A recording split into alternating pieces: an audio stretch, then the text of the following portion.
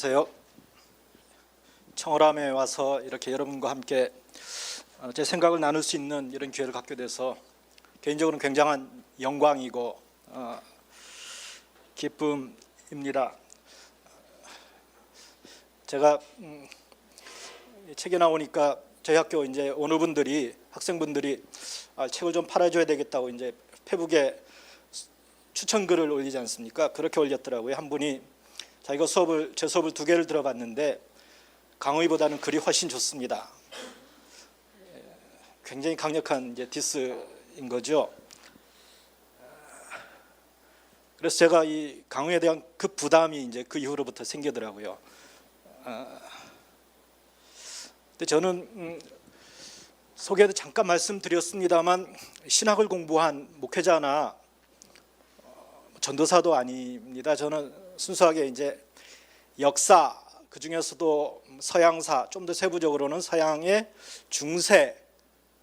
그래서 이제 보통 이 서양 사가들은 그렇게 얘기하거든요. 모든 중세 사가는 교회 사가다, 뭐 이렇게 표현하는데, 그래서 제가 이제 얼떨결에 교회라는 것에 이제 걸치게 됐죠. 물론 뭐 개인적으로 관심도 있는 주제이긴 합니다만, 근데 저는 이제 교회에 대해서 얘기할 때, 혹은 교회에 대해서 제가 갖는 관심은 신학적인 것이나 교리적인 것이나 형이상학적이나 철학적인, 그런데 저는 전혀 관심이 없습니다. 한국 교회가 땅에 관심이 많지 않습니까? 그래서 저도 이 땅의 교회에 관심이 많습니다. 이 땅의 교회. 그러니까 굉장히 세속적인 사람인 거죠. 제 공부는. 오늘 제가 혹 뭐 나오는 얘기들이 면죄부, 면벌부, 얼핏 보면 굉장히 종교적인 얘기 같지 않겠습니까? 전혀 걱정하실 필요 없습니다. 전혀 종교적이지 않은 지극히 현학적이고 지극히 세속적이고 지극히 땅의 것인 뭐 그런 얘기니까 여러분들이 부담 없이 들으실 수 있습니다. 이런 거죠. 제가 하는 얘기가 아마 여러분들은 책에서나 어디서 쉽게 들어보지 못했을 법한 얘기입니다. 성경에 보면 사도 바울이 막 이 복음을 전하러 갔을 때 최초에는 회당에 들어가서 막 복음을 전했지 않습니까? 들어보고 싶으니까요. 근데 사도 바울이 복음을 전하고 나오면 무슨 일이 생깁니까? 회당 안에서 싸움이 생긴 거죠. 그래서 그 다음에 이제 회당에 불려가지 못했죠. 아마 제 강의가 그렇게 되기가 굉장히 십상인 강의일 수 있겠다. 그런 마음 준비를 미리 하실 필요는 없습니다만 그렇게 생각하시고 들어주시면 좋겠습니다. 왜 제가 땅의 문제, 이 땅의 문제에 관심을 갖고 있느냐? 저는 이렇게 보거든요. 지금 한국 교회 혹은 한국 신학계의 이론, 어떤 신학적인 프레임 이런 것들은 굉장히 활발하게 소개되고 연구되고 나누어지고 있습니다. 근데 제가 얼핏 드는 지극히 제 편협한 주관적인 시각에서 볼 때 우리 그런 거 있지 않습니까? 책으로 연애를 배우는, 그러니까 교회에 대해서 많은 이론을 알고 있고 교회가 무엇이어야 된다라는 당위, 이것은 많이 알고 있지만 실제로 그 교회가 역사 속에서 어떻게 이루어져 왔는가에 대해서는 사람들이 뭐 그리스도인이건 혹은 심지어 신학자 분들이라 할지라도 그 땅의 제도 교회가 어떻게 흘러왔고 형성돼 왔고 그 속에서 자리매김해 왔는가에 대해서는 굉장히 모르는 경우가 많다는 겁니다. 그래서 저는 이제 더 이상 연애를 책으로 하면 안 되겠다. 우리가 더 이상 이론으로 당위로 교회를 접근하면 안 되겠다라는 거죠. 예를 하나 이제 들어보죠. 제주 난민, 제주에 예멘 난민 신청하신 분들이 신청을 하셨는데 찬성하는 분들이나 반대하는 분들이나 다 그들의 논거는 성경에서 혹은 이론적으로 신학적으로 주장을 하시는 거죠. 그래서 저는 제 표현은 당위와의 전쟁을 우리가 하기가 굉장히 쉽다라는 겁니다. 즉 교회는 이러해야 된다. 근데 제가 공부한 이 제도교회는 역사상 한 번도 이상적인 적이 없었거든요. 제가 초대교회사라는 책을 썼습니다만 우리는 초대교회 하면 어떤 이미지를 갖고 있습니까? 돌아갈 이상향, 어떠한 완벽한 이미지가 그것이 무엇인지 실체는 잘 모르지만 있었던 것이라는 기대가 있는 거죠. 우리 속에는 기본적으로 초대교회나 종교개혁기도 마찬가지죠. 왜 우리가 지난해 그렇게 종교개혁 혹은 루터에 대해서 열광을 했겠습니까? 오늘 교회의 형편을 보니까 좀 더 이상적인 곳으로 돌아갈 지점을 찾고 싶다. 우리 컴퓨터 보면 복구 시점을 선택하는 거 있지 않습니까? 그런 이미지를 우리가 갖고 제도교회, 교회에 접근하는 것이죠.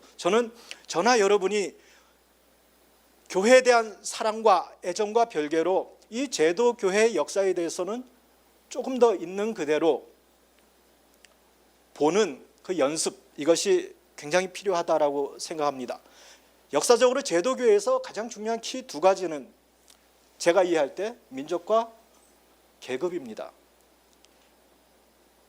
그리스도의 공동체 떡을 같이 떼고, 이거는 전문 용어로 무슨 소리죠? 왜 민족과 계급일까요? 자, 우리가 교회에 보면 굉장히 많이 분열의 역사가 일어나지 않습니까? 동방교회도 분열이 되고요, 서방교회도 분열이 되고요. 근데 그 분열된 이름들을 한번 여러분이 많이는 몰라도 시리아 정교, 아르메니아 정교, 이락 혹은 커피로 유명한 데가 어디입니까? 에티오피아 정교, 다 국가, 민족으로 나뉘어졌다라는 거죠. 즉 개개인의 어떤 신앙적인 선택이 가미되기보다 굉장히 우리가 그냥 단순하게 정치적이란 말로 표현할 수는 없지만 훨씬 더 복잡한 종교 외적인 요소들이 기본적으로 가미되어 있다라는 겁니다. 즉 민족과 계급. 우리가 계급이란 말은 어찌 보면 굉장히 불편한 용어일 수 있겠습니다. 예컨대 이런 거죠. 여러분 흐르는 강물처럼이란 영화, 플라잉 낚시하는 그 영화 기억하십니까 혹시? 기억하시는 분 혹시 흐르는 강물처럼? 그 영화에 보면 이런 게 있습니다. 남자친구 아버지가 저기 스코틀랜드에서 미국으로 건너간 목회자의 아들입니다. 근데 그 여자친구가 감리교 출신의 집안이에요. 근데 이 남자친구 집안은 굉장히 엄숙하고 엄격한, 예컨대 이제 영국의 중산층 가정을 나타내는 거죠. 근데 그 여자친구 집에 가니까 너무 왁자지껄한 거죠. 그리고 노만 맥클레언이라는 그 남자가 굉장히 당황해합니다. 그랬을 때 그 나중에 장모가 된 그 어머니가 뭐라고 표현하는가 하면 우리는 감리교도라서 그랬다. 우리가 그 역사적 배경을 모르면 그게 무슨 말인지 모르겠으나 이거거든요. 감리교는 쉽게 말하면 서민의 종교였습니다. 여러분 미국은 조금 다릅니다만 유럽 같은 데 가보시면 우리가 이제 그리스도 안에서 우리는 다 한 형제지 않습니까? 그래서 여러분이 어떤 교회에 들어갑니다. 아무도 안 반겨줍니다. 와도 인사도 안 하고 몇 주, 몇 달을 다녀도 쉽게 마음을 열지 않습니다. 이 사람들이 샤이해서 그런 것이 아니라 이미 그 공동체는 그들만의 어떤 집단성, 이것이 굉장히 가미되어 있는 곳이거든요. 그러나 영국이나 혹은 미국 아주 많은 교회, 여러분이 편하게 들어가서 웰컴, 환영을 받을 수 있는 교회는 열의 9은 감리교 이후에 생긴, 쉽게 하면 대각성 이후에 생긴 근대의 종교입니다. 즉 중세, 이 근대 이전에 종교는 굉장히 우리가 단순히 복음이라는 말로 표현하기에는 부족한 이런 모습들이 있거든요. 자, 근데 우리가 왜 이런 교회에 대한 이상적인 모습을 가지고 있느냐? 한국에서는 교회라는 것이 들어온 지가 사실은 그렇게 오래되지 않습니다. 그리고 교회가 아직까지는 이 사회 속에서 굉장히 역동적으로 지금까지 이뤄온 것이 있다라는 거죠. 그러니까 우리의 마음속에는 돌아갈, 회복할 이런 교회가 있다라는 그 생각이 늘 있는 것이죠. 그러나 실제로는 교회라는 것, 이것이 그렇게 당위로만 접근하기에는 단순한 조직이 아니다라는 겁니다. 그리고 이제 일반 세속의 역사에서 교회 기독교사를 특히 이제 서유럽의 기독교를 대중의 종교라는 표현을 씁니다. 근데 우리가 이제 서유럽 가톨릭 교회 이것은 잘 몰라도 우리에게 어떤 선입관이 있습니까? 가톨릭 교회는 엄격하게 사제들이 중심이 돼서 그 다른 서민들 혹은 민중들을 억압하는 엘리트 종교라는 생각을 가지고 있거든요. 근데 실제로 그런 면이 있지만 이 가톨릭 교회라는 것은 사제 엘리트 계급과 민중, 이 대중 계급이 끊임없이 상호작용을 하면서 신학을 만들어가고 발전시켜 왔습니다. 제가 오늘 여러분에게 그 중에 한 꼭지를 이제 들려드리려고 합니다. 그것이 면벌부 혹은 면죄부라는 것인데요. 이것과 사실 오늘날의 교회와도 굉장히 밀접한 우리가 친연성을 찾을 수 있는 그런 이슈입니다.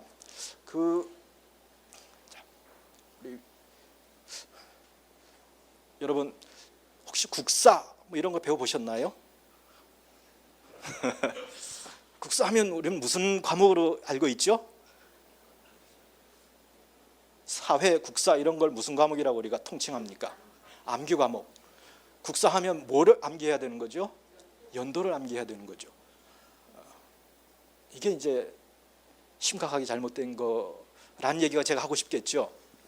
여러분 교회사 혹 교회사에 관심 있으시면 제가 여러분에게 기억하도록 다른 것 다 기억 안 하셔도 전혀 무방합니다.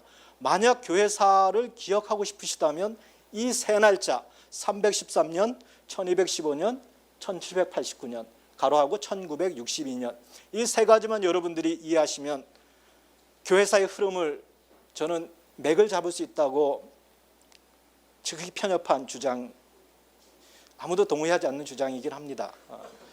그렇습니다. 1517년이 빠졌죠. 사실 교회사 우리가 개신교니까 그것을 굉장히 강조하지 일반의 역사 속에서 종교개혁은 그렇게 큰 위치를 우리가 생각하는 것만큼 점하지는 않습니다. 우리가 종교개혁을 올바로 역사 속에 다시 위치시킬 때 오늘의 교회를 우리가 바라보는 조금 더 큰 성찰이나 통찰을 분명 얻을 수 있을 겁니다. 313년은 기독교가 공인된 시점입니다. 그리고 1215년은 우리가 오늘날 가톨릭 교회가 얘기하는 모든 신학적 교리가 완성된 시점입니다. 중세 신학이 완성된 시점, 쉽게 말하면 중세는 엘리트 사제들과 천국에 가까이 가기 힘든 비사제들 간의 이 구별이 확실하게 지어진 시점, 이것이 1215년 제4차 라테란 공의회라는 겁니다. 우리가 요즘 성체 훼손 논란 그런 뉴스 보셨죠? 자, 여러분 우리가 개신교 예배에서 카스테라 빵에다가 뭐 볼펜으로 뭐 낙서를 하고 페북에 올렸다고 생각해 보십시오. 그게 큰 문제가 될까요? 근데 그 성질이 얼마나 다르길래 가톨릭에서 성체에다가 성체를 훼손한 것이 이렇게 큰 교황청에 보고할 정도까지 큰 이슈가 될까요? 그 성질이 카스테라와 크게 차이가 있을까요? 물리적인 성질이? 그냥 단순히 가톨릭은 그걸 엄청나게 귀하게 여겨서 그렇게 된 걸까요? 뭐 제가 이 얘기를 다 드릴 수는 없습니다만 그 성체 자체가 이제 가톨릭 신학의 핵심입니다. 쉽게 말하면 여러분들 개신교 목사님들이 이것은 그리스도의 피고 이것은 그리스도의 살이라고 아무리 외쳐봐야 그리스도 그냥 떡이고 포도 주스일 뿐입니다. 그런데 가톨릭 교회의 신앙 속에서는 실제로 그것이 그리스도의 몸과 피로 바뀐다라고 믿는 거죠. 자, 그걸 화채설이라고 우리가 비전문적인 용어로 표현합니다. 자, 근데 이런 거죠. 그것이 갖는 함의가 뭘까? 신학적으로 굉장히 중요한 의미가 있겠죠. 근데 우리가 신학적인 복잡한 걸 다 제쳐놓고 만약 저나 제 옆에 가톨릭 사제분이 두 분이 이제 이렇게 둘이 서서 똑같이 성체에 그렇게 축사를 한단 말입니다. 그런데 제가 한 것은 전혀 효력이 없고 이분이 하는 것은 실제로 눈에 보이는 건 빵이고 포도주 그대로 남아 있는데 실제로 그리스도의 몸과 피로 바뀐다라고 한다면 이분은 누굽니까? 우리는 여기에 관심을 갖지만 실제로 우리가 포커스를 둬야 될 것은 이분이 누구냐 하는 거죠. 이분은 뭘 만드는 사람입니까? 하나님을 만드는 사람이죠. 그죠? 이게 실제로 그리스도의 몸과 피로 이분의 선포로 바뀐다라면 이것이 이제 우리가 흔히 말하는 사제주의, 성직주의 이런 이제 표현을 쓰는 거죠. 그러니까 이 사제의 권위 앞에 어떤 것도 쉽게 범접할 수 없는 것이죠.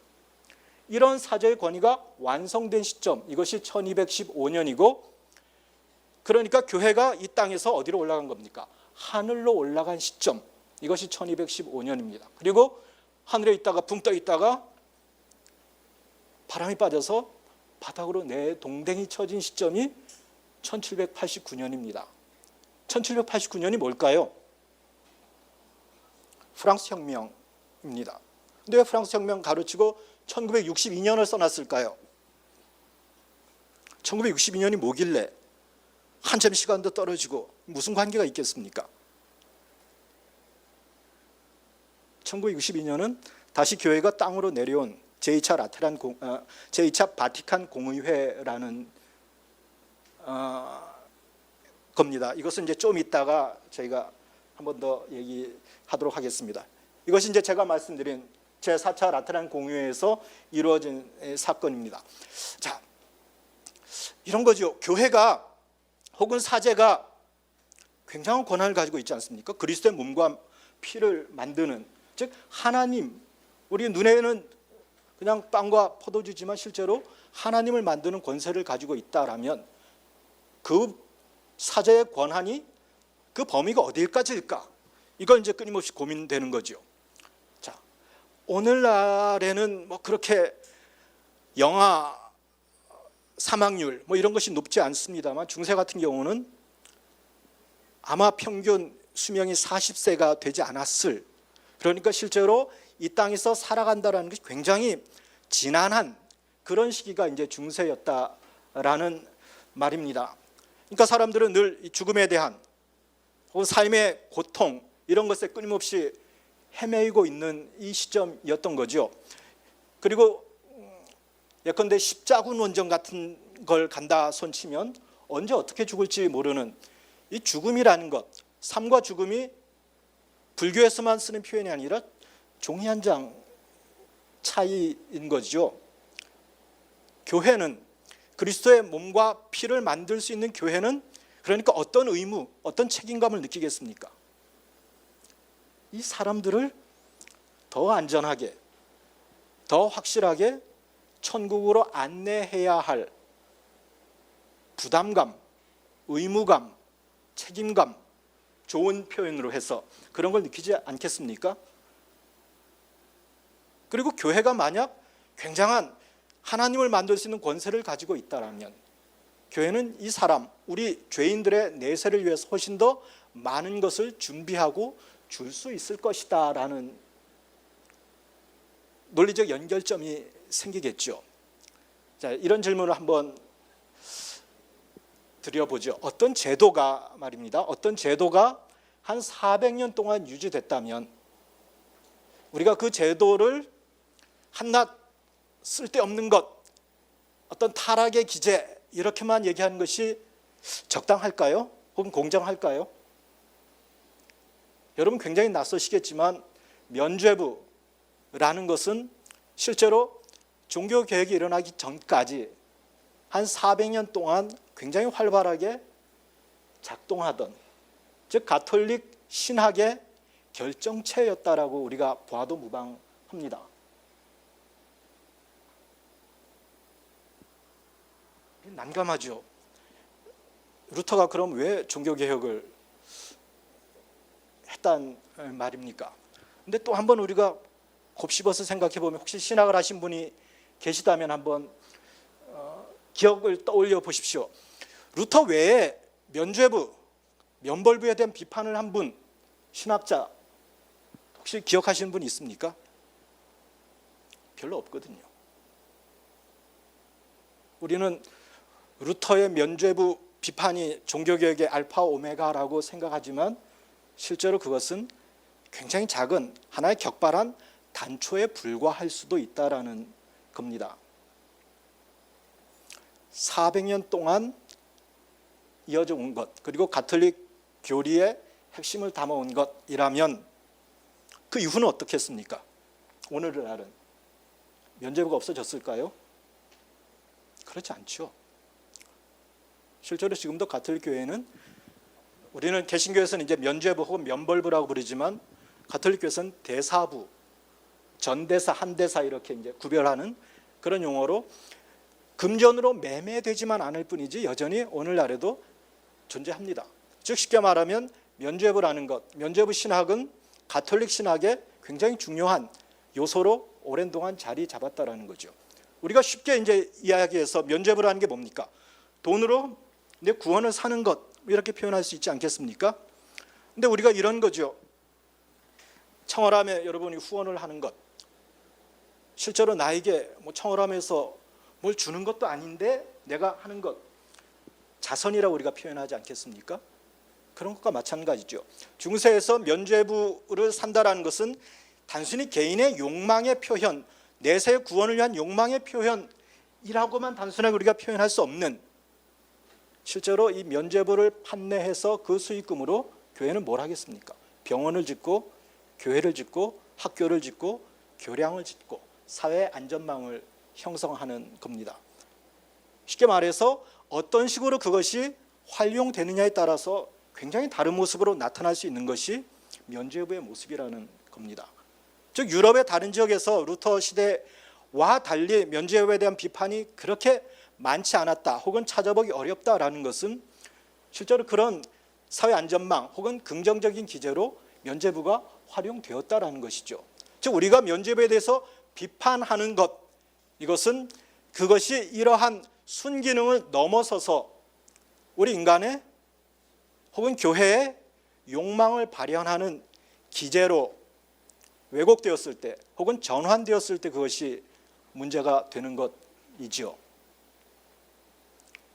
이 지점이 우리가 면죄부를 단순히 400년 전 혹은 500년 전 과거 거기 그들의 이슈가 아니라 어찌 보면 현재 여기 오늘 우리 교회의 이슈와도 다 있는 지경이라는 거지요. 자, 면죄부라는 것이 교리가 굉장히 오랜 동안 발전합니다. 최초에는 면죄부를 돈으로 사고 파는 것이 아니었어요.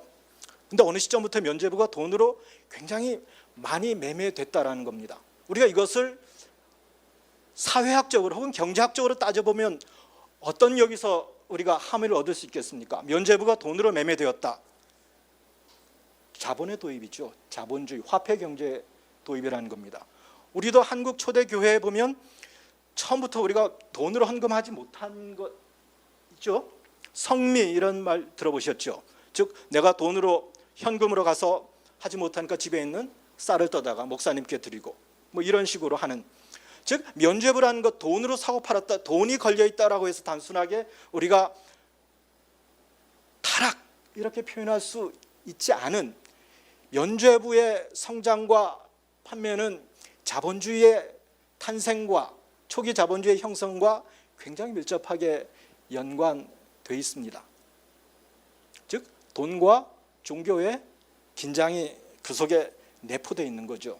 그러니까 이것이 순기능을 할 수도 있지만 역기능으로 작용할 수 있는 태생적인 가능성이 그 속에 있는 것, 이것이 이제 면죄부 교리입니다. 여기서 이제 우리가 면죄부 교리의 여러 가지 이제 발전의 단계가 있는데 이제 이런 게 있습니다. 공로의 보고라는 표현이 있습니다. 공로, 우리는 가톨릭 교회 보면 인간의 공로로 구원을 얻는다 이런 표현을 우리가 흔히 쓰지 않습니까? 즉 신의 은총과 더불어서 인간의 노력. 근데 보면 그러지 않습니까? 저나 여러분 만약 구원을 얻는 것이 100이라고 치자면 저 같은 사람은 한 10, 여러분들은 한 근데 여기서 100을 훌쩍 뛰어넘어서 남는 분들이 있죠. 우린 그분들을 뭐라고 부릅니까? 성인이라고 부르죠. 그분들이 한 50을 이제 내놓으시는 거죠. 예수님은 어떻게 했습니까? 무한대를 갖고 계셔서 예수님께도 우리가 조금 해서 이렇게 해서 100을 채워서 겨우 구원을 얻는 것. 이 메커니즘이거든요. 자, 이것이 이제 그런 공로를 모아놓은 것, 이것이 이제 공로의 보고라고 표현합니다. 이것이 이제 가톨릭 교회의 면죄부가 발전하는 데 굉장히 중요한 그 이론적인 발전이죠. 근데 이 면죄부라는 것이 여기 위에 보시면 12세기, 즉 한창 이제 십자군 원정이 끝나고 십자군 원정이 마무리될 시점에 나온 것이 면죄부는 교회의 권위, 성도의 교통, 참회의 노력과 헌신, 이것은 이제 뒤에 다시 한번 얘기 드리겠습니다. 이 세 가지가 갖춰지면 면죄부가 이제 효력이 있는 겁니다. 제가 면죄와 면벌부 이야기는 혹시 나중에 질문하시면 제가 설명을 해드리고요. 그냥 뭐 섞어서 제 마음대로 이제 쓰겠습니다. 그러다가 1476년, 즉 종교개혁이 일어나기 한 40년 전에 면죄부가 죽은 영혼에까지 확대됩니다. 우리가 이거죠. 논리적으로 나의 영혼을 위해서 내가 면죄부를 샀는데 교회가 째째하게 나의 영혼을 내세에 구원할 수 있다면 먼저 가신 우리 삼촌이나 우리 고모의 영혼도 저 뒤에서 똑같이 내가 하면 구원 못할 일이 뭐겠습니까? 교회가 논리적으로 그렇게까지 확대될 수 있는 것이죠. 그래서 실제로 이런 식으로 확대됩니다.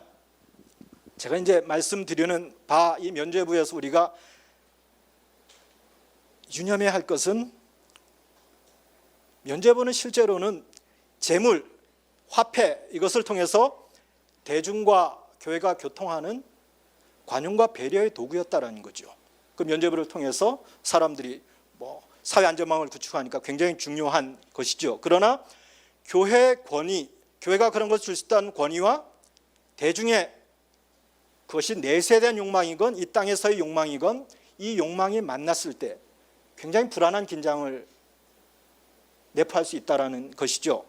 그리고 이것이 극단적으로 드러난 것이 죽은 자들을 위한 면죄부, 이것까지 허용한 것, 이것은 그 긴장에서 한 단계 넘어가 버린 거죠. 그리고 이것이 결정적으로 교회가 어느 선을 지키지 못하고 개신교의 표현으로 하면 타락, 돌이킬 수 없는 타락에 이르게 한 것입니다. 그러니까 면죄부는 교회의 권위와 더불어서 단순히 가톨릭의 타락이라고만 볼 수 없는 대중의 종교적 심성, 대중의 열망, 이것이 발현된 아주 극적인 사례라는 겁니다.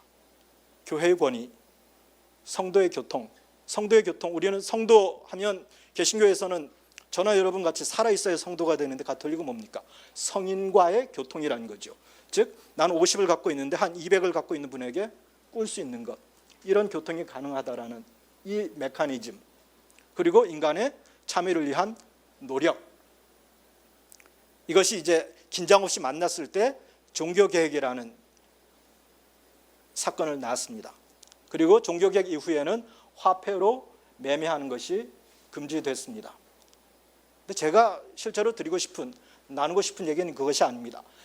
종교개혁은 그럼 과연 이런 교회와 개인의 욕망이라는 불안한 긴장, 이 불안의 고리를 끊었는가 하는 거죠.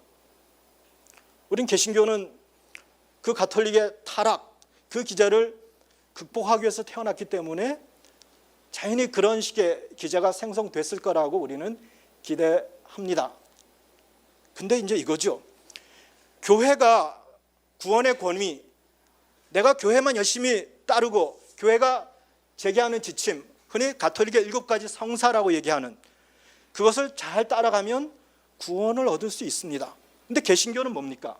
이제 그런 가톨릭의 메커니즘을 파했기 때문에 그 구원에 대한 책임이란 말이 조금 뭐하긴 합니다만 우리 개인에게 던져졌다라는 거죠. 이것이 이제 한편으로는 인간이 교회, 종교에 예속되지 않는 근대적 자아, 근대적 개인, 집단이 아니라 개인성을 형성해내는 굉장히 중요한 것이지만 다른 한편에 보면 우리 개인이 감당하기에는 굉장히 버거운 짐을 우리 개개인에게 주었다라는 겁니다. 자, 이런 거죠. 제가 살고 있는 지역에 어느 날 갑자기 루터가 들어와서 개신교 지역이 돼버렸습니다. 나는 가톨릭 미사를 열심히 드리고 나중에 내가 죽어서 나의 영혼을 위해서 기도해달라고 돈을 열심히 차곡차곡 모아서 교회에 헌금을 하고 있는데 어느 순간 갑자기 그거 다 필요 없다라고 했단 말입니다. 그렇다면 여러분은 만약 여러분이 그 속에 있다면 쉽게 심성이 그렇게 바뀔 수 있을까요? 이것이 이제 종교개혁을 연구한 학자들이 굉장히 궁금하게 여기는 것입니다. 즉 위로부터 루터나 칼빈이나 쯔빙글리가 종교개혁을 성취해서 영국도 마찬가지죠. 국가의 종교는 개신교로 바뀌었습니다. 그렇다면 그런 거시적인 것 말고 그 속에 살아가는 개개인 한 사람 한 사람은 어땠을까? 그것을 알아보는 굉장히 중요한 자료가 있습니다. 어떤 걸 우리가 검토해 보면 이 사람이 정말 개신교인으로 바뀌었는지 아니면 여전히 가톨릭에 머물러 있는지 알 수 있을까요? 예컨대 엘리자베스 1세 여왕 같은 경우는 영국을 성공회로 확립시켰지 않습니까? 근데 실제로 그분은 혹시 하는 마음에 미사를 계속해서 숨어서 드렸다는 거 아닙니까? 이런 거죠. 그러니까 그걸 알아보려면 유언장을 연구하면 됩니다. 실제로 유언장에 내가 몇 파운드를 남기니까 사제에게 나의 영혼을 위해서 하루에 몇 번씩 기도를 해달라고 이제 명확하게 쓰는 거죠. 만약 그 사람이 실제로 개인이 개신교도로 바뀌었다라면 유언장을 바꾸는 거죠. 그럴듯하지 않습니까? 근데 실제로 그게 바뀌기까지 굉장히 오래 걸린 거죠. 그 심성이라는 것이 우리가 오늘 개신교 전통에서 자라난 이 시점에서 볼 때 우리는 너무나 당연하게 자연스럽게 받아들이는 것이지만 그 시점, 그 시대에 가서 보면 그 긴장이 결코 작지 않았다라는 거죠. 즉 구원에 대한 불안, 뒤집어 말하면 구원에 대한 욕망 이 자체는 여전한데 그것을 이제 더 이상 제도 교회가 담보해 주지 않는 나에게 떠맡겨진, 그래서 끊임없이 개신교회는 그것에 대한 대체제를 마련해야 되는 거죠. 신학적으로는 이런 식으로 얘기하면 매장당하는 거죠. 근데 역사적으로 보면 그렇다라는 이제 겁니다. 조금 다른 얘기도 이제 우리가 재밌지 않습니까? 이런 게 더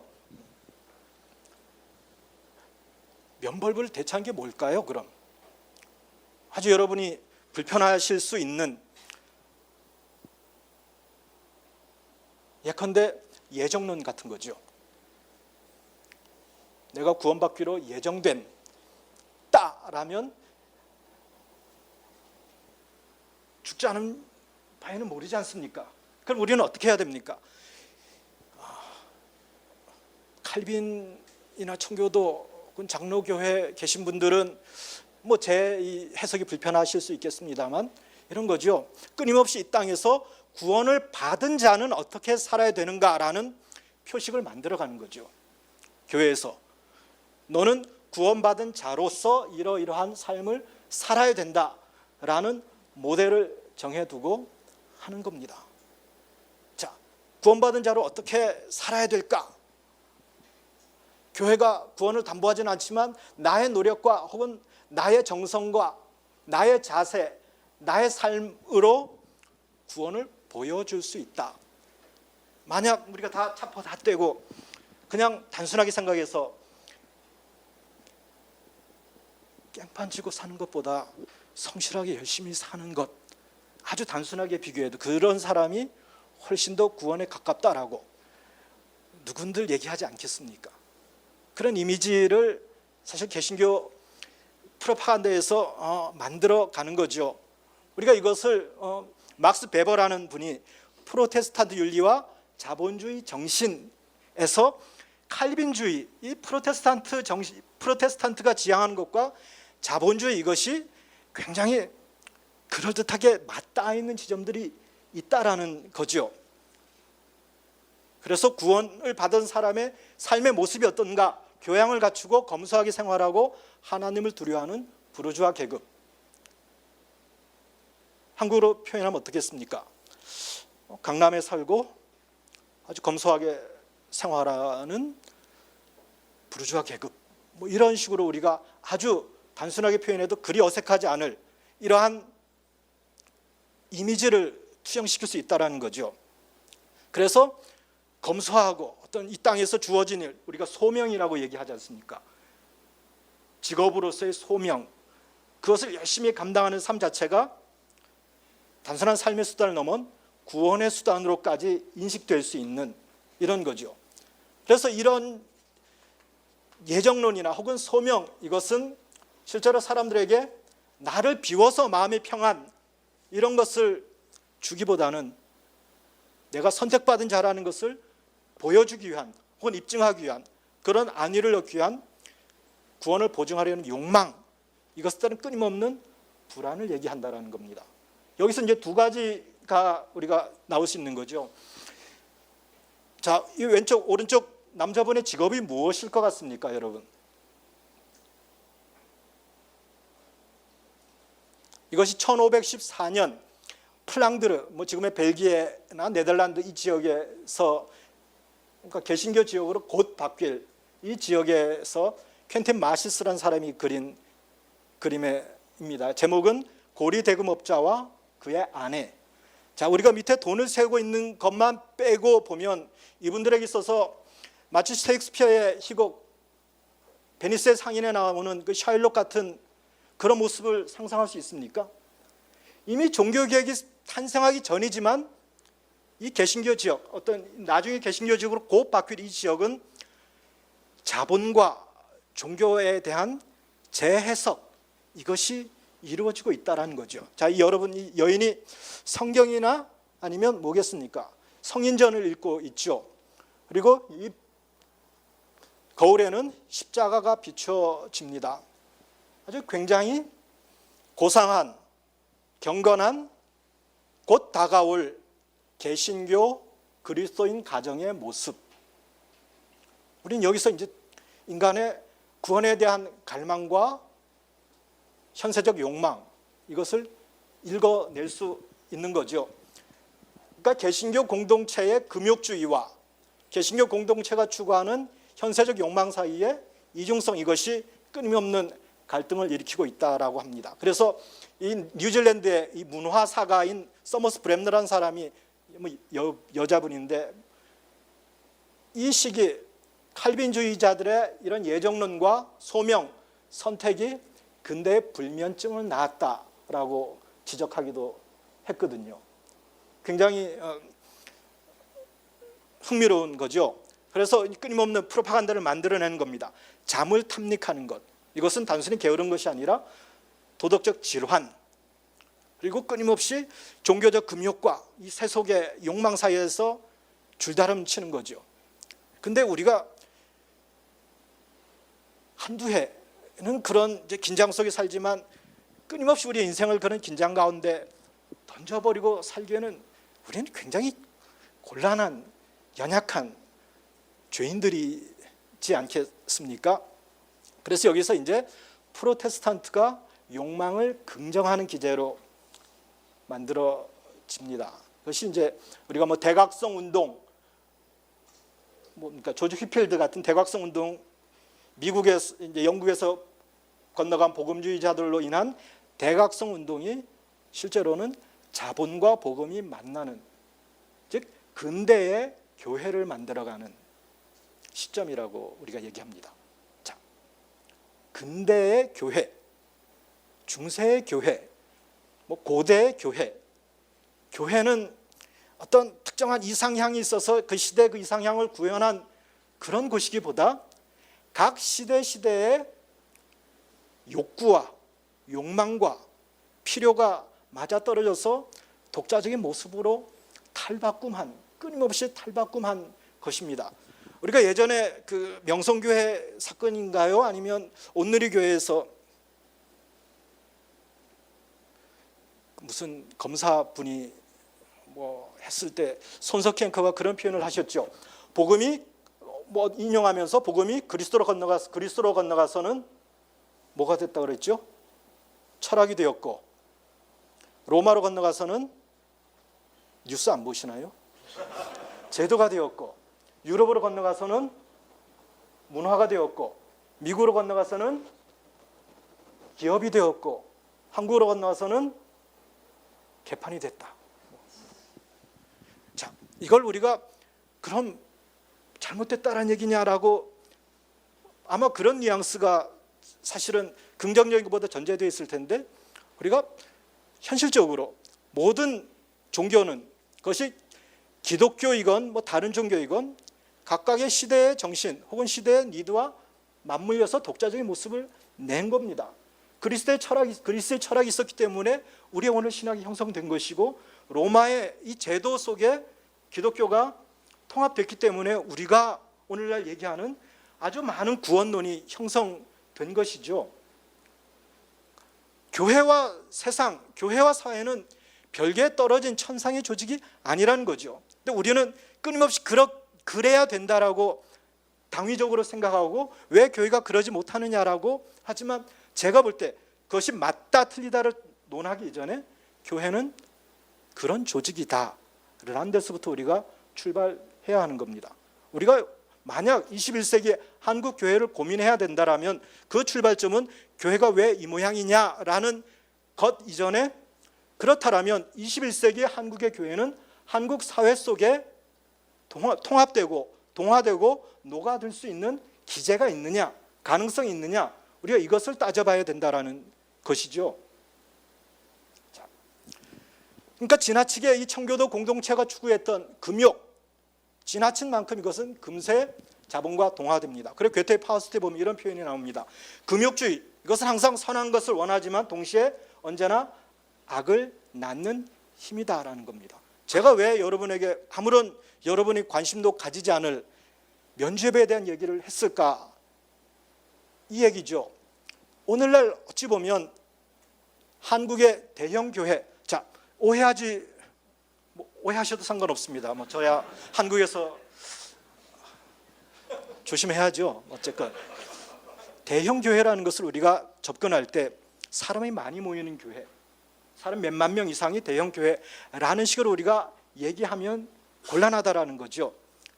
대형 교회라는 것은 숫자가 몇만 명 이상이 아니라 대형 교회가 지향하는 속성, 이것을 가지고 있다면 20명 모이는 교회도 지금 대형 교회라고 우리가 얘기할 수 있는 겁니다. 그 반대로 하면 10,000명이 모이는 교회도 그 속성이 어떠냐에 따라서 우리가 다르게 얘기할 수 있겠죠.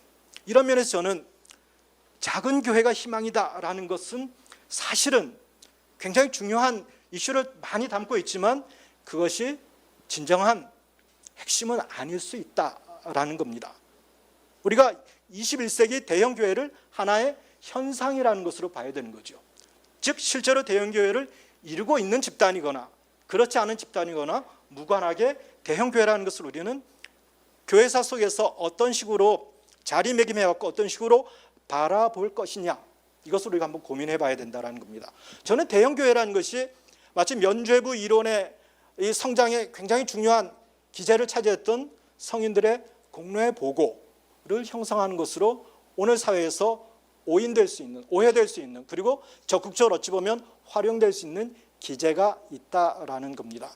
즉 면벌부, 어떤 이 대형교회 구조 자체 이런 것을 천착하기보다는 한국 교회 왜 대형교회로 모일까, 이런 걸 이제 고민해 보면 실제로 우리는 대형교회 목회자의 능력 혹은 인격 이런 것에, 이것은 중요한 것은 아닙니다만 집착하죠.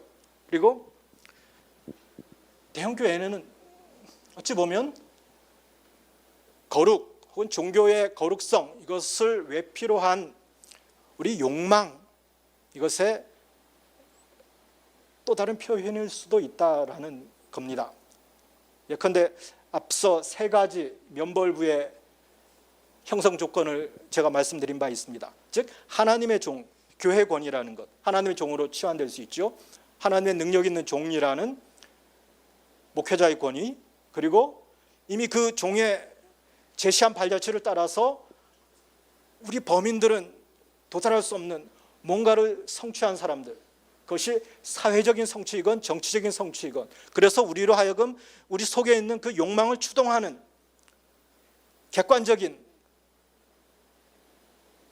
가치, 이런 것을 드러내주는 현현한 성인들, 살아있는 성인들, 우리는 그들을 통해서 그들을 교통할 수 있는 곳이 이제 대형 교회이기도 하지요. 그리고 나도 그들과 같은 성취를 위해서 이 땅에서 절제하고 노력하는 삶.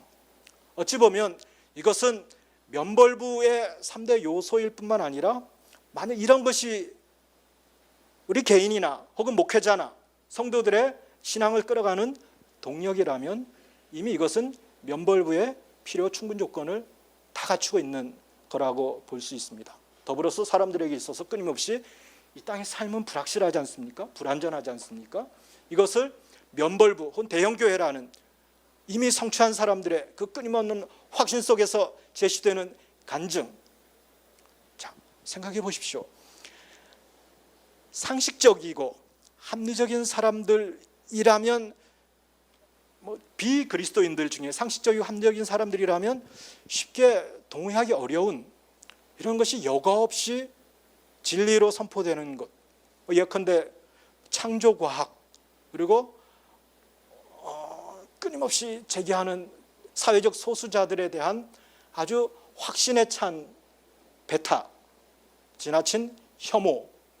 우리 대형교회로 요즘 제일 많이 불려가는 유명 반무대 강사 계시지 않습니까? 울산대 어떤 분, 그분이 대형교회 가서 하시는 것, 그런 거죠. 그 속에 있는 사람들의 끊임없는 타자에 대한 배제와 혐오, 이것을 신앙의 이름으로 끊임없이 제기하고 불러일으키는 것이거든요. 우리와 그들은 다르다라는. 그 속에 있는 사람들은 그것에 대한 어떤 합리적인 성찰이나 비판적인 성찰로 접근하기보다 받아들이는 거죠.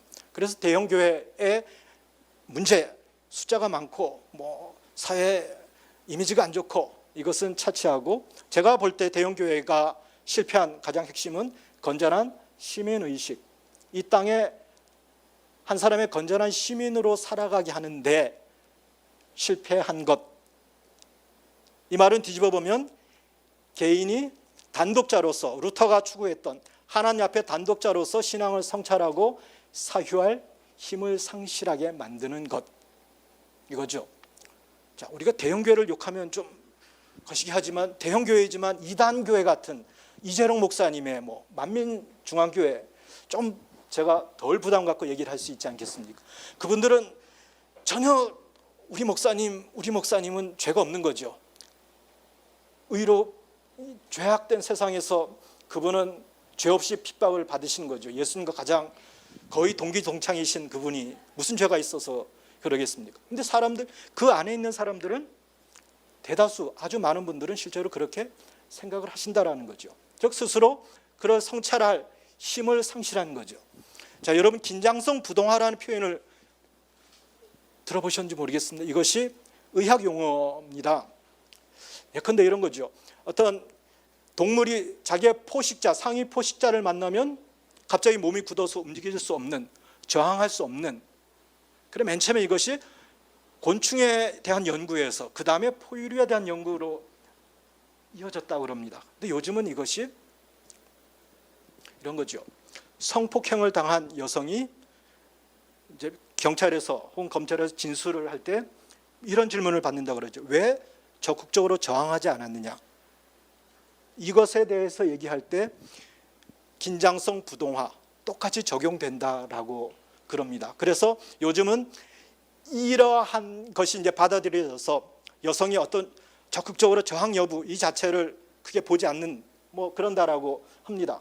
저는 대형교회라는 현상이 만들어낸 것, 교회의 권위, 그리고 그 속에 있는 사람들의, 성도들의 교통과 또 그들이 끊임없이 제기하는 노력과 성찰과 헌신, 이것이 그 속에 있는 사람들에게 긴장성 부동화, 즉 스스로 사유하고 스스로 무엇이 바르고 그런 것인지를 성찰할 수 있는 힘을 상실하게 만든 그래서 가장 비합리적이고 가장 모순적이지만 그에 저항하지 못하고 그 속에서 안주할 수밖에 없는 이런 것을 만들어내는, 이것이 이제 한국의 대형 교회라는 현상이 만들어내는 거죠.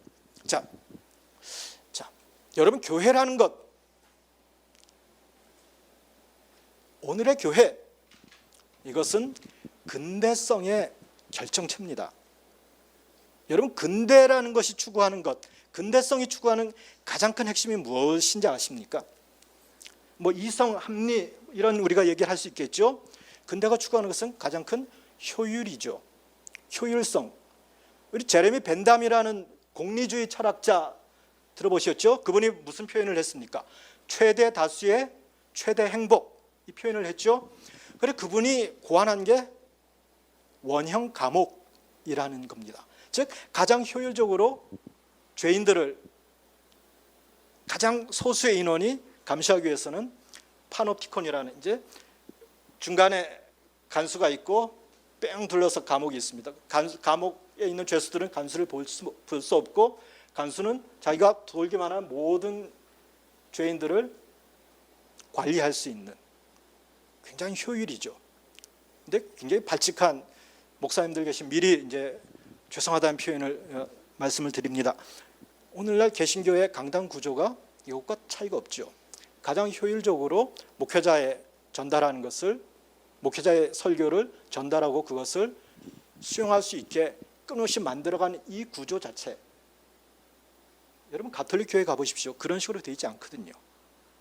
물론 가톨릭 교회는 설교가 중심도 아니고요. 자, 이것이 이제 근대성이 추구하는 가장 큰 결정체, 효율의 결정체가 모든 것을 담고 있는 것이 어찌 보면 근대 교회입니다. 우리 미셸 푸코라는 철학자가 그런 표현을 했죠. 근대성을 담재하는 학교, 훈육, 규율, 교육, 그죠? 그리고 군대, 병원, 교회는 사실은 이 모든 걸 다 담고 있습니다. 이것이 가진 긍정적인 영향이 뭡니까? 이렇게 가장 효율적으로 했기 때문에 20세기를 위대한 선교의 세기, 미국의 역사학자, 제 얘기면 신빙성이 없지만 미국 역사학교 회장까지 지낸 라토렛이라는 분이 위대한 선교의 세기라고 표현을 했습니다. 20세기를. 그것은 바로 이런 효율을 추구했기 때문에 가능했던 것이죠. 어떤 면에서 20세기의 교회, 한국의 20세기의, 지금이 아닌 20세기의 대형 교회 현상은 어찌 보면 이 사회가 추구하는, 물론 욕망의 투영이 되어 있지만 이 사회가 추구하는 시대의 욕구, 이것과 맞아떨어진 부분이 분명히 있는 것이죠. 그리고 대형 교회들이 건전하게 성장한 부분이 있는 것이고요. 근데 과연 21세기에도 여전히 그런 교회들이 21세기 시대 정신에 부합하는 결과를 낼 수 있는가? 즉 교회는 시대의 산물, 그 시대 속에서 필요한 자리를 차지할 때 유지되는 것이고, 그렇지 않을 때 쇠퇴하는 것이죠. 자, 제가 아까 1789년 프랑스 대혁명 얘기를 했고 1962년이라는 단어를, 연도를 썼습니다. 자, 프랑스 대혁명은 실제로 교회가, 프랑스의 가톨릭 교회가 쫄딱 망한 시점이죠. 우리는 바스티유 감옥 습격되고 막 이것을 가장 크게 기억하고 있습니다만, 가톨릭 교회 입장에서 그 1789년이 가장 쓰라린 기억은 당시 유럽에서 가장 큰 끌루니 수도회 교회가 무너지고 그 잔해들이 도시 재건 사업에 그 건물들이 쓰여진 겁니다. 자, 이러한 사건 속에서 교회의 대응, 제1차 바티칸 공의회는 천국으로 도피한 겁니다. 하늘로. 즉 교회의 위기 속에서 제1차 바티칸 공의회가 선택한 것, 아주 상징적으로 교황의 수의권, 그리고 교황은 오류가 없다, 그리고 마리아는 무염시태, 오염되지 않고 잉태되었다, 그리고 나중에 마리아 승천설, 이런 식의 어떤 그 사회가 나오는 이성주의나 사회주의나 진화론이나 진보라는 이것과 교회가 어떤 조응하지 못하고 다시 신비 뒤로 숨어버린 것, 이것이 제1차 바티칸 공의회입니다. 근데 제2차 바티칸 공의회, 그보다 약 100년 후에 생긴 제2차 바티칸 공의회는 제1차 바티칸 공의회와 전혀 다른, 같은 종교가 맞나 싶을 정도의 전혀 다른 결과를 냅니다. 거기서 우리가 기억할 가장 중요한 것은 우리의 근대를, 교회가 지내온, 사회가 지내온 근대라는 것을 성찰적으로 되돌아보자. 제2차 바티칸 공의회의 가장 큰 점, 신스콜라주의를 극복했다라고 우리가 단 한마디로 표현할 수 있습니다. 즉 그 이전에 한두 차례의 공의회, 교회가 한 100년마다 한 번씩 교회 회의를 위기 때마다 여는데 모든 시기에 모든 교회 회의는 이단에 대한 정죄와 교리에 대한 확정이 있었습니다. 그런데 제2차 바티칸 공의회는 그것이 전혀 없었던, 즉 교회가 교회 내의 문제가 아니라 교회가 사회 속에 어떻게 적응할 것이냐, 이것이 제2차 바티칸 공의회가 추구했던 바입니다. 즉 교회라는 것을 내부를 지향하는 그리스도의 신비의 공동체에서 세상 전체를 하나님의 백성으로 인식하기 시작했다는 겁니다. 그것의 어떤 사례로 적용된 것, 이것이 한국의 가톨릭 교회죠. 여러분 유럽이나 다른 중남미, 미국의 가톨릭 교회를 가보십시오. 한국 같지 않습니다. 한국은 굉장히 이례적인 케이스죠. 바로 제2차 바티칸 공의회의 사례를 하나의 본보기로 실현한 곳이라고 우리가 얘기할 수 있습니다. 이와 마찬가지로 가톨릭 교회가 프랑스 대혁명의 위기 속에서 1차, 2차 바티칸 공의회로 극적인 어떤 반전의 계기를 마련한 것처럼 실제로 오늘 한국 기독교회, 개신교회 지금 욕망의, 이 사회가 바라볼 때는 욕망의 결정체인 거죠. 성찰적 근대화 혹은 성찰적으로 우리를 읽는 것, 이 노력, 이것이 핵심인 거죠. 성찰적으로, 비판적으로 우리를 성찰한다는 것, 이것은 우리 자신, 우리 사회, 우리 공동체를 내부의 시각, 우리의 논리나 우리의 교리나 우리의 신앙, 심지어 신앙조차도 그것으로 바라기보다 사회 공동체 속의 일원으로 우리 자신을 자리매김할 수 있는, 이렇게 하면 뭐라고 큰 목사님들을 말씀하십니까? 교회가 오염되는 거죠. 세속에 타협하는 거죠. 교회는 세상을 막아서야 되는 거죠. 뭐 이런 시각을 가지고 있는 거죠. 그렇지만 실제로 제2차 바티칸 공의회가 교회가 사회 속에 긍정적으로 적응하고자 노력했을 때 전혀 새로운 것을 만들어낸 것처럼 실제 우리가 사는 길은 역사의 현실 속에 우리가 직면하는 연습을 하는 것이지요. 우리가 가진 것, 우리가 믿는 것을 확인하는 것, 이것은 어찌 보면 간편해 보이지만 실질적인 답을 주기는 굉장히 곤란합니다. 그 비판적 성찰의 출발, 이것은 우리의 관심을 텍스트를 넘어서 컨텍스트로 확장시켜야 된다는 거죠. 자, 왜 여러분 대형교회에서, 일부 대형교회에서 창조과학, 이것을 그냥 단순히 하나의 이론을 소개하는 것을 넘어서서 끊임없이 지원하고 할까요? 그것은 우리를, 제가 유병자는 아닙니다만 그 뒷면 속내를 읽어보면 사람들을 텍스트에 가두는 굉장히 효과적인 기제이거든요. 즉 성경의 무호성이 심지어 과학을 통해서까지 표현될 수 있을 정도로 우리의 모든 삶과 신앙과 생활의 기준을 성경에 두어야 된다. 굉장히 은혜롭지 않습니까? 근데 그것이 가지고 있는 맹점이 결국 우리로 하여금 우리 자신과 우리 교회를 비판적으로 성찰하고 우리를 넘어서 사회, 우리를 둘러싼 컨텍스트에 대해서 무관심하게 만드는 거지요. 그러니까 우리가 쭉 살펴봤듯이 제도화된 종교는 사실은 끊임없이 외줄타기를 할 수밖에 없는 것이 현실입니다. 그것이 좋건 나쁘건 간에 계급과 민족을 중심으로 성장했기 때문에, 그래서 종교가 선용될 때 가장 타자에 대한 적극적인 수용도 하지만 교회가 그 긴장을 놓쳐버릴 때 그 어느 집단보다 타자에 대한 배제나 혐오, 이것이 강화될 수밖에 없는 것 역시 교회라는 거죠. 그러니까 우리는 이것을 왜 교회가 이러는가라고 바라보면 답이 없다라는 거죠. 즉 당위로 교회는 이러해야 되는데 왜 이렇게 하는가라는 당위로 접근하기보다 실제로 제도 교회는 끊임없이 그런 속에서 자신을 성찰하고 돌이켜 왔다라는 거죠. 그래서 저는 교회의 역사를 우리가 돌아볼 때 가장 중요한 제가 이해하는 한 단어는 인종주의입니다. 우리가 초대 교회가 그렇게 빠르게 성장할 수 있었던 비결, 성령의 역사 뭐 이렇게 표현하는 것을 넘어서서 그들은 헬라 문화, 헬레니즘, 즉 우리 문화만이 우월하다라는 그 그리스 로마인들의 문화적 우월주의, 그걸 문화적 인종주의라고 우리가 표현합니다. 그리고 유대인들이 우리만 선택받았다라는 혈통적 인종주의, 이것을 극복했 제3인종이거든요. 그래서 초대교회 그리스도인들을 제3의 인종이다라는 표현을 곳곳에 나옵니다.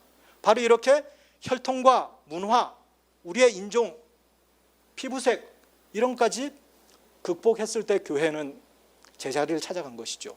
만약 우리가 돌아가야 될 초대교회 혹은 돌아가야 될 이상향으로서의 교회가 있다라면 그것은 어떤 제도 혹은 신학으로 결정되는 것이 아니라 우리 속에 있는 뼛속 깊은 인종주의, 배타성 이것을 극복하고 넘어선 그 공동체가 실제로 우리가 지향하고 돌아가야 될 이상의 공동체일 겁니다. 그러기 위해서는 우리는 끊임없이 제도화, 이 제도화, 이 표현이 어디에서 나온 표현인가 하면 쇼생크 탈출에 그 브룩스라는 노인이 한 30몇 년 장기 투숙하셨죠. 그분이 나중에 이제 가석방대 나올 때 그랬거든요. 내가 여기에 길들여져서 간수가 명령하지 않으면 나는 혼자 화장실도 못 간다. 그리고 결국은 밖에 나와서 적응을 못하고 목매달아 자살하셨죠. 길들여지는 것, 우리가 고상하게 제도화라고 표현할 수 있지만 이것이 잘못하면 우리 자신을 길들여지게 만드는 것이거든요. 교회는 그러면 대중의 성찰을 도울 것인가, 즉 우리는 성찰을 지향할 것인가, 아니면 길들여짐 이것을 선택할 것인가. 근데 후자가 훨씬 쉽거든요. 편하고 면벌부의 약속, 즉 내가 그것을 사고 지키기만 하면 천국이 약속되어 있는 겁니다. 그러나 구원에 대한 불확실성, 삶에 대한 불확실성, 이것은 면벌부라는 어떤 제도로 우리에게 약속될 수 있는 것이 아니라 우리 개개인이 하나님 앞에 직면함으로써 헤쳐나가고 부딪혀 나가는, 그래서 극복해 나가야 될 우리 개개인에게 맡겨진 과제인 거죠.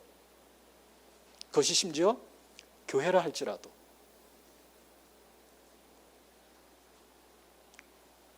이것이 이제 제가 생각하는 제도교회에